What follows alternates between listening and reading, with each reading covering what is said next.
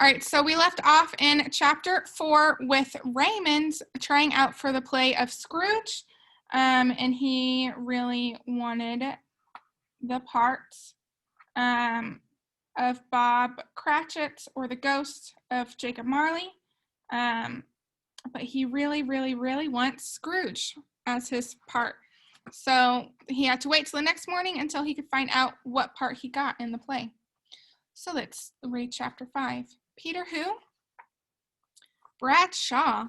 The Brad Shaw who sits right next to me in class? The Brad Shaw with the big crazy hair and the cowboy boots? I don't get it. I just don't get it. Sure, I was a little nervous at the tryout, but I still did a good job with my new and improved lines. I couldn't believe the part of Scrooge went to Brad Shaw, and that's not all. I could live with not getting to be Scrooge, but even worse, I didn't get any of the parts I listed. Not Bob Cratchit, not even the ghost of Jacob Marley. I got the part of Peter. Yeah, you heard right. Peter. I've been watching this play since I was 5 years old, and I don't remember there ever being a guy named Peter in Scrooge. And get this, Peter only has one line. I asked Mrs. Barker what happened. I mean, maybe it was a mistake, right? She just smiled and told me every part is important. Then she patted me on the head like you do to a dog. Graham got the part of the younger Scrooge when he has a girlfriend.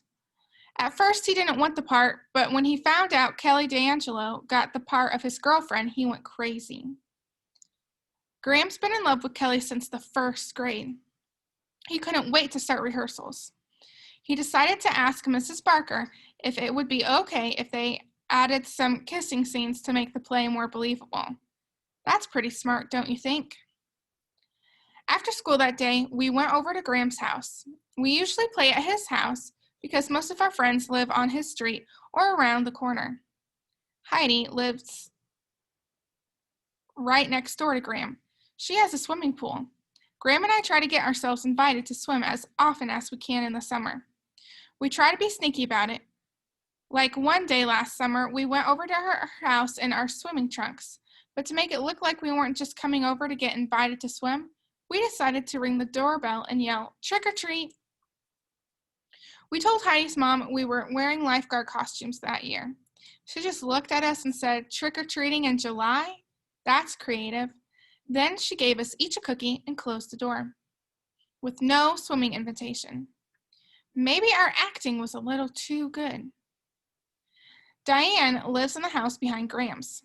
If you look over Graham's back fence, you can see right into her yard. We go over to Diane's a lot after school because she has a trampoline. Also, she doesn't seem like a regular girl. She's almost like the abnormally tall sister you never had. I think she looks at me and Graham like brothers, too. In fact, once we were in her room and she just started to change her clothes to go out to play right there in front of us.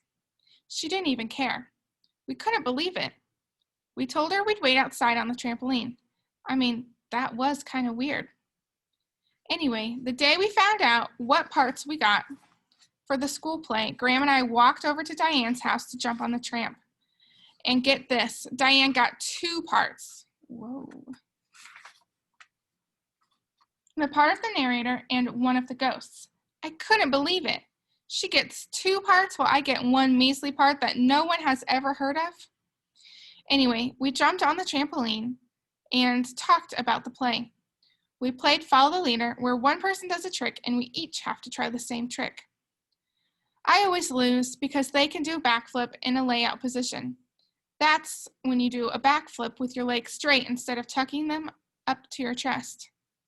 I can't do a backflip like that. My knees always bend and I get out because they say it's not the same trick they do. After a while, we sat down. Graham and Diane wanted to practice their lines for the play. So Diane went in the house to get her script. The only problem is they both had a lot of lines. My one line. Travion, put the phone away. My one line only had 7 lousy words. It went like this. And Mother made a plum pudding, too. Pretty bad, huh? Diane's door slammed shut, and in no time at all, she was back on the trampoline with a pile of papers. She stood up in front of us and recited her lines, walking around the trampoline as if she were on stage. This went on for about 10 minutes. She wasn't even close to finishing all of her lines when Graham got tired of waiting for his turn. Come on, Diane, it's my turn, he said, grabbing papers from her.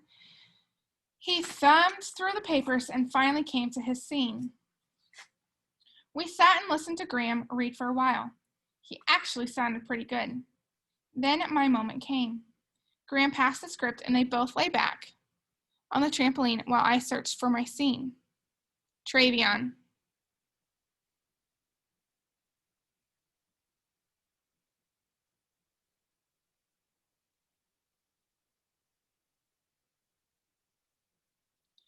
It was hard to find my one line in that huge pile of papers, but I finally did. I cleared my throat and began reading. And Mother made a plum pudding too, I recited. They both looked at each other and burst out laughing. What? I said. What's so funny? So I only have one line. Big deal. We're not laughing at your line, Diane said. You're just saying it so weird. Tell us how you're going to say it. One line and I couldn't even do it right. They actually thought I was joking. I had to think fast. Yeah, I was just joking around. Pretty funny, huh? I said, trying to laugh along, even though I had given it my best shot. I don't know how I'm really going to say my line yet. Anyway, I have to go home. I climbed off the trampoline, put my shoes on, and headed up the street. As I walked, I recited my line over and over in my head, trying to make it sound better. When I got home, my mom was in the kitchen making a meatloaf. I showed her my line. Surely my mom would understand my pain and humiliation. Maybe she could call Mrs. Barker and get me a different part. I would be happy being any ghost in the play at this point. She looked at the line for a moment. Then she put on one of those pretend smiles to make me feel good and said, What a wonderful line, Raymond. And she returned to smashing up the meatloaf in a big bowl. She added, Peter Cratchit is a very important character. Okay, the part about the wonderful line was a lie, and I was just going to ignore it. But the part about Peter being an important character? Get real. She couldn't be serious, could she? That was going way too far. I mean, would the play change in any way if Peter didn't say that Mother made a plum pudding? So what? Who cares if Mother made a plum pudding? Would the ghost decide not to visit Scrooge if Peter's mother had not made dessert or whatever plum pudding is?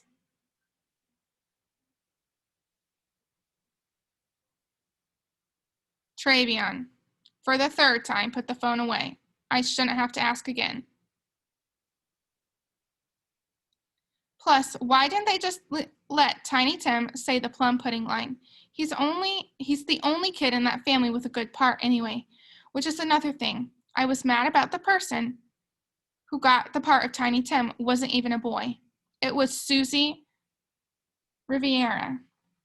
I was going to get mad at my mom for telling me I had an important part, but I decided to let her off the hook this time. After all, judging from the look on her face, I think she knew how I really felt. Anyway, she's a mom, and I guess she's supposed to say things like that. All right, that is the end of chapter 5.